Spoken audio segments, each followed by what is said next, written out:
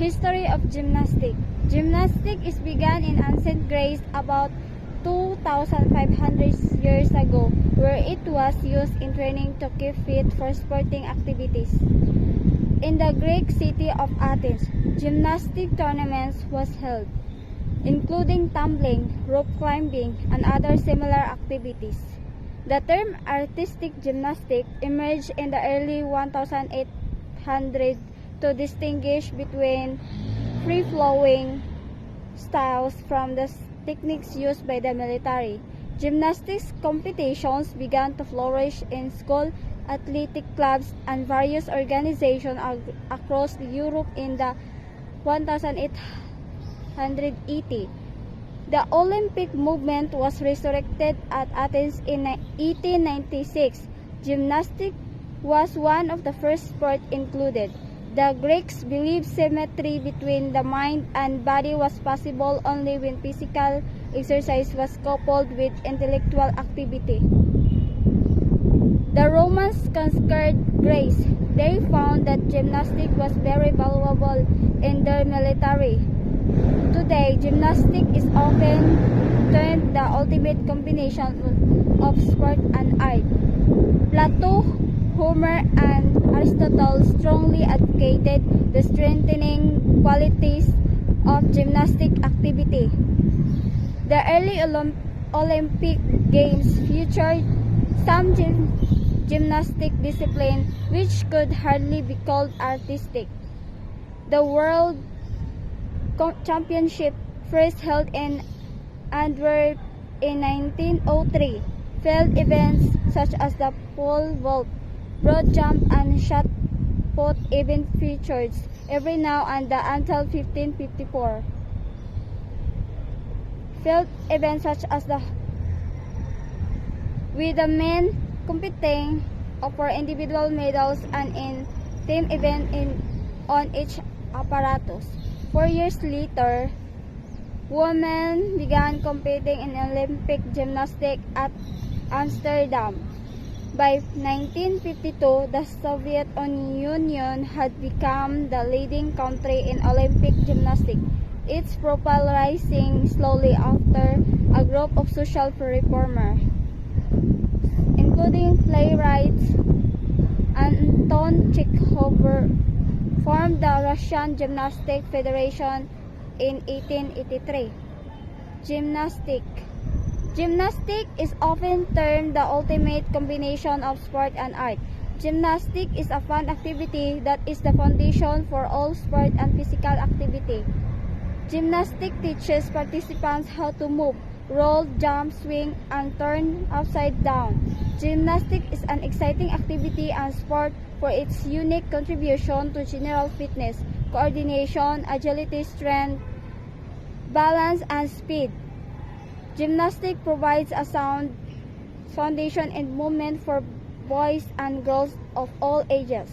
This allows everyone to develop their whole body, which is useful in all other sports and activities. Phases of gymnastic program. The different phases of a gymnastic program help gymnasts improve their skills and injury and build up their physical condition. Warm up. Every gymnastic training program should begin with warm up to avoid injuries during practice. For example, jump rope or jump up and down on the floor for about 5 minutes to start their workout. Then, they perform head and wrist rolls, shoulder circles, arm swings, trunk twists, foot stretches, and different running exercise. All of these moves prepare the athletes' bodies to work on more difficult skills. Flexibility. After adequately warming up, gymnasts must work on their flexibility. You should never stretch cold muscles, since you could risk an injury. During this phase of practice, you should practice your side splits, center split, and back bridge.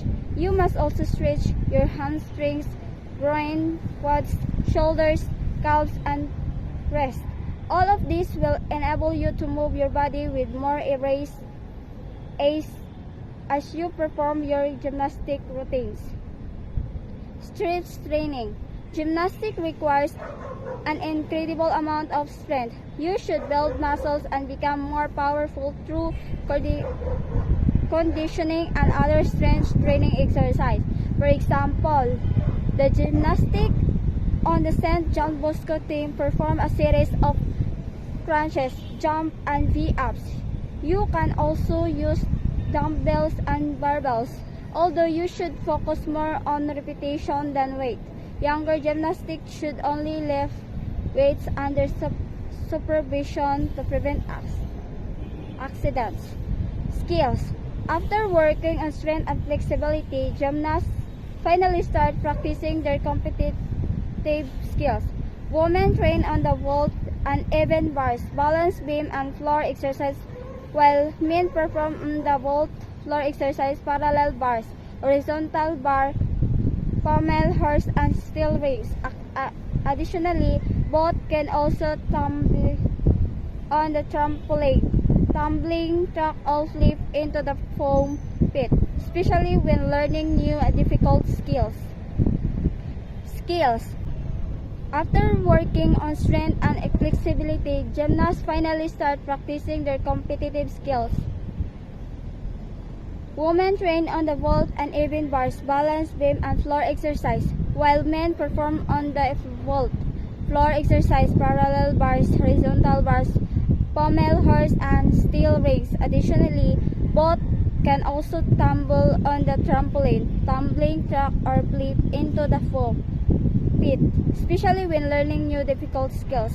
Dance will improve your body alignment and teach you to have more control over every part of your body, which will then better your form and reduce the risk of injuries.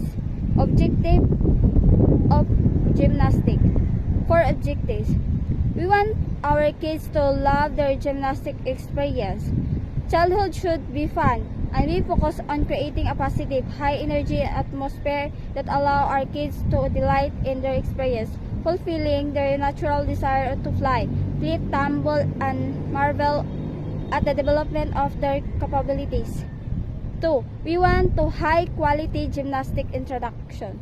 We will develop in fundamental strength, flexibility, and technical skills that will provide an excellent foundation for competitive gymnastics and cheerleading through collegiate levels. We love this sport and we want to give our gymnasts a strong start which will allow them to compete at a high level if they so choose.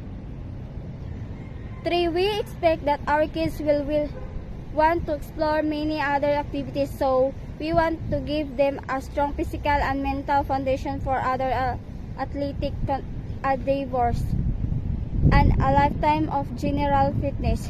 We must then work to perform the skills so that it may be used as a building block for harder skills and full gymnastic of chair routines, the development of perhaps subconscious beliefs in. This learning process may be our greatest contribution to many of our gymnasts.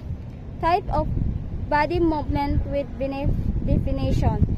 Axial movements. Axial movements refers to an element of dance in which dancers stay anchored to one place by single body parts while using available space in any direction. The body parts connected to the floor can be a foot, leg, knee, hands, elbow, back, or head. Movements involve arms, hips, knees, the head, and the neck. Axial movements tend to involve the spine at the focal point.